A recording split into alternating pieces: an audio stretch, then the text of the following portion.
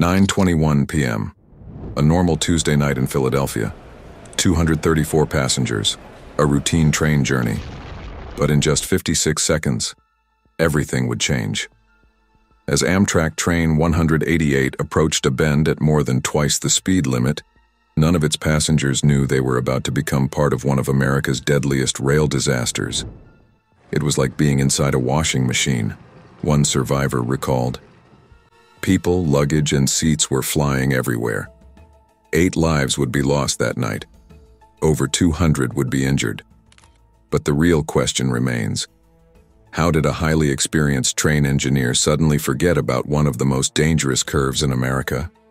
This is the untold story of the 2015 Philadelphia train disaster, a tragedy that changed American rail safety forever. Philadelphia is a city with about 1.6 million people, as of 2020. It is in the northeastern United States, in the state of Pennsylvania. The city is located 154 kilometers east of Harrisburg and 126 kilometers southwest of New York City. Philadelphia is part of the Northeast Corridor, a major train line that runs 735 kilometers from Boston to Washington, D.C. This electrified route, built between 1834 and 1917, is used by millions of passengers each year. This railway serves 108 stations and carried 12.53 million passengers in 2019. The corridor serves everything from local commuter trains to long-distance express services. While most trains on this route run up to 201 kilometers per hour, the Acela Express is special. It's America's only high-speed train service, reaching speeds of 240 kilometers per hour on certain parts of the track. Amtrak's Northeast Regional Train 188 was a passenger service running from Washington, D.C. to New York City. It was Amtrak's busiest route, carrying 8.69 million passengers per year as of 2018, and had been operating in its current form since 2008. On the day of the accident, Train 188 was led by a Siemens ACS 64 locomotive known as the Amtrak City's Sprinter, numbered 601. This electric locomotive was specially designed for passenger travel on the Northeast and Keystone corridors. It was based on the Siemens Vectron model but adapted for U.S. needs, with a stronger cab for better crash protection and modified lights, whistles, and electrical systems. The ACS 64 locomotives are 20.32 meters long and weigh 97 metric tons, slightly heavier than the Vectron due to added structural reinforcements. They can reach speeds up to 135 miles per hour, but are limited to 125 miles per hour during regular service. On the day of the accident, the train had 7 4-axle Amfleet passenger cars. These cars, first introduced in 1975, are a main part of Amtrak's fleet, with over 600 built to date. Made of stainless steel, each car is 26 meters long and weighs about 49 metric tons, depending on the configuration. They can reach speeds of up to 125 miles per hour and typically carry up to 84 passengers. The small windows were designed to reduce vandalism and create an airliner feeling, which is why the interiors were styled like jet aircraft from that era. On May 12, 2015, at around 9:10 p.m., Amtrak Northeast Regional Train 188 left Philadelphia's main hub, the 30th Street Station. The train was headed north to New York City with a brand new driver, Mr. Bastian, who had just earned his certification to operate this route weeks earlier. The powerful locomotive easily accelerated the 7 passenger cars as the train neared Frankfort Junction, a major rail intersection in northeast Philadelphia. To continue north, the train needed to take a left-hand curve on a section with 4 tracks, where the speed limit was 80 miles per hour, but dropped to 50 miles per hour within the turn. The train is carrying 238 passengers and 5 crew members, well below its maximum capacity. At 9:22 p.m., it approaches the curve at 106 miles per hour. Realizing his critical mistake, Mr. Bastian activates the emergency brakes, a last effort to stop the train. But it's too late. By 9:23 p.m., the locomotive derails halfway through the curve.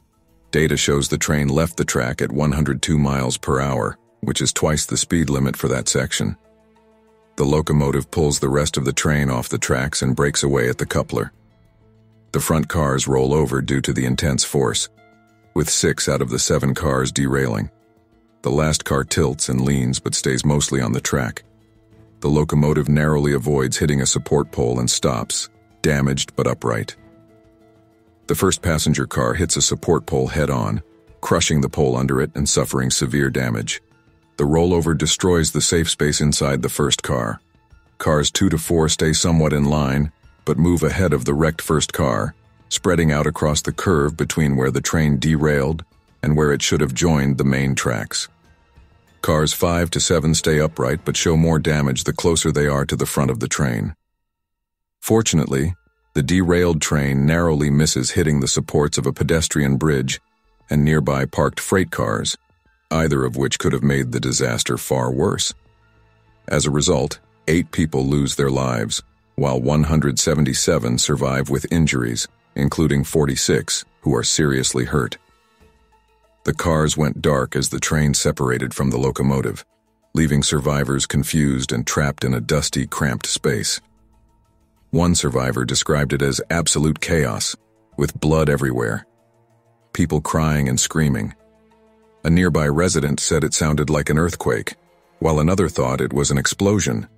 4 victims were thrown from the leading cars as they rolled over and were crushed as the cars fell.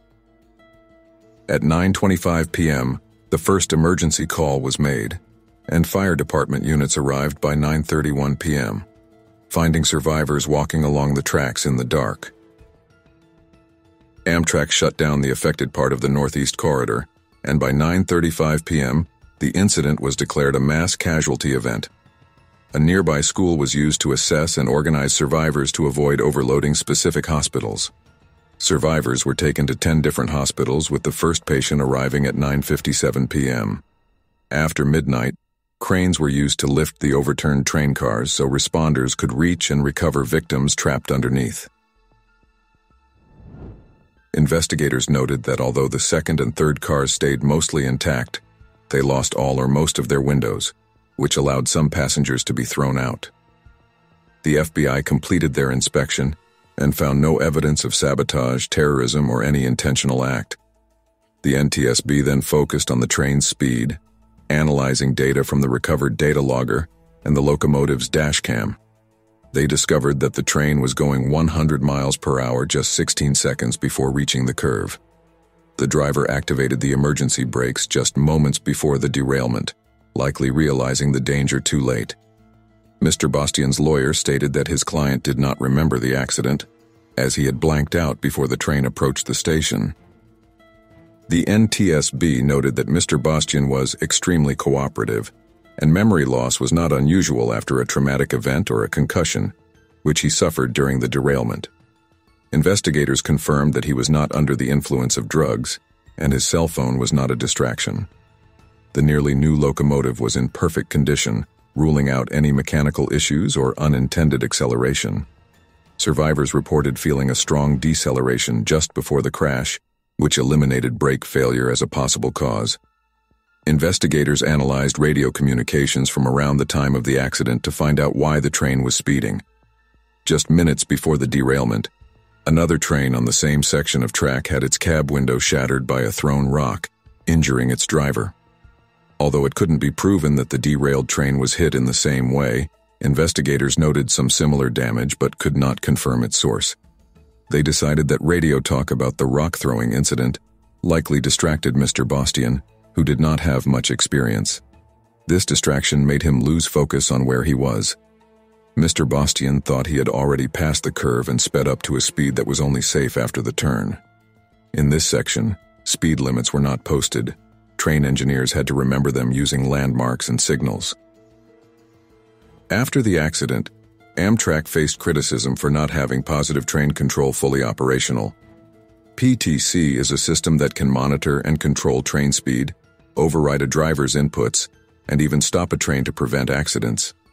Amtrak explained that the hardware for PTC had been installed on the tracks before the accident to meet the December 2015 deadline set by Congress. However, They couldn't activate the system due to budget issues and the Federal Communications Commission's refusal to allow them to buy the necessary radio frequencies.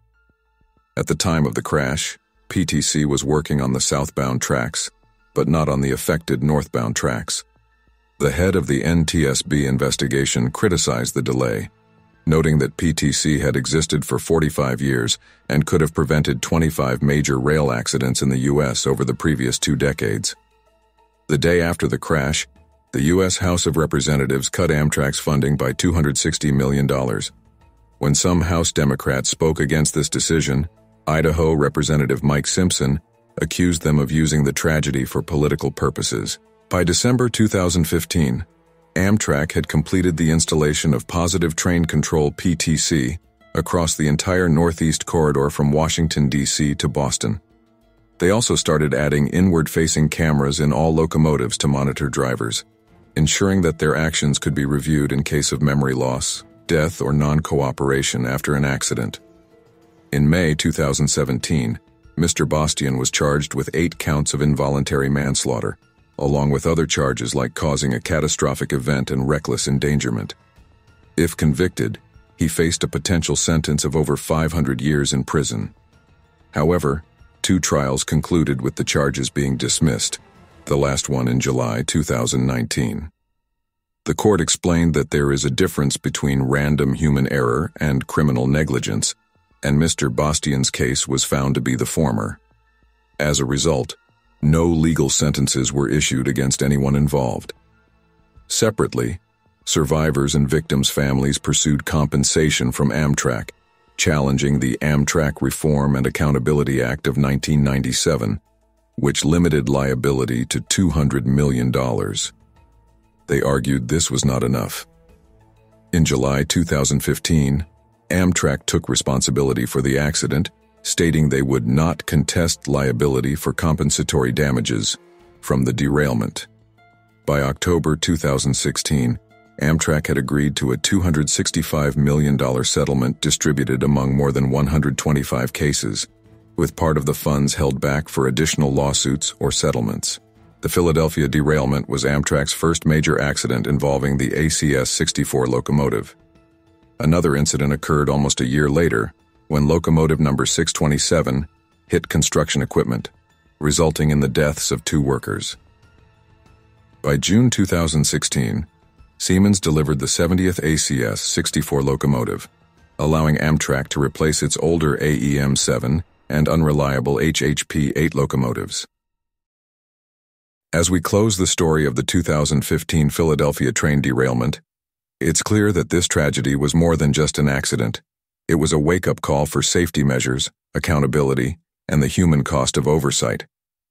Positive train control became mandatory, and changes were made to prevent future disasters, but the impact on survivors and families will never be forgotten.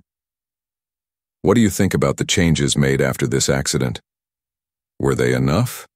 Or is there still more to be done to ensure train safety? Share your thoughts and join the conversation in the comments below.